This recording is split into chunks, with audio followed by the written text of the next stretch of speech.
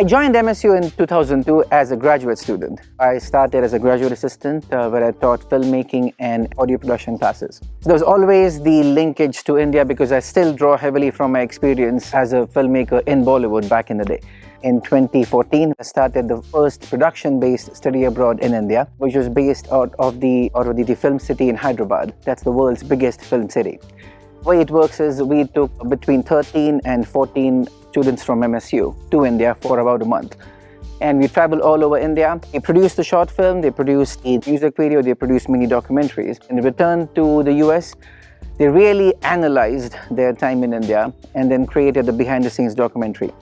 And each of those documentaries get aired on the local PBS station. And the students really grow a lot from their experience. They visit urban settings, rural settings, they work with television stations. And the media in India is a very rich platform because we produce content in 26 different languages. And it's got more than 1,000 television channels. So now being the world's most populous country, it's always hungry for new media, new content. I've taken multiple groups of students to India, and each experience is unique. Their community-based radio and video production was not limited just for entertainment. It was talking about the local issues.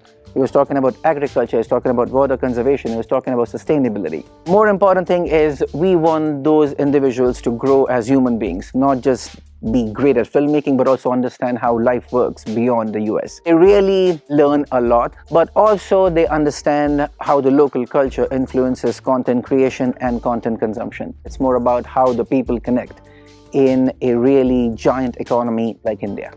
After that, the projects evolved on a much grander scale. We had partnerships with the major education board in India, where we produced some content on trauma reduction. Then we had a few projects in Hyderabad, in Pune.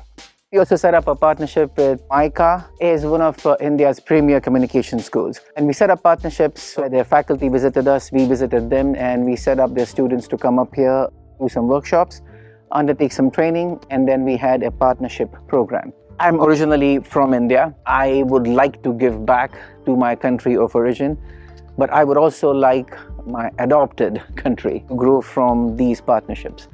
The more appealing part of doing all these projects is trying to build all those communities together and bring them closer. The Indian community, the Indian diaspora is huge in the US, but they are also longing to give back to India. They're also longing to connect their country of origin to the US.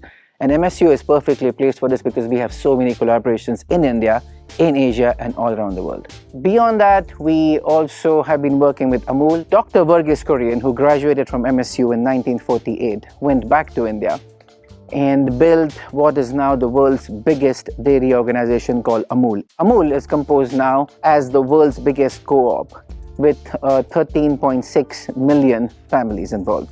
So these are small farmers who collect milk and supply it to the bigger dairy operations. And right now it's the world's biggest in terms of volume, also in terms of the product range.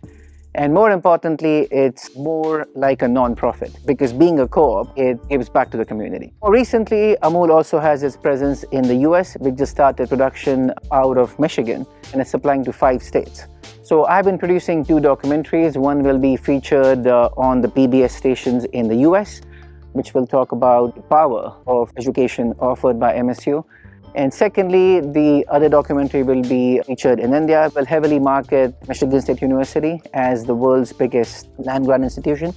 In terms of these 2 documentaries, I think it's going to open new doors.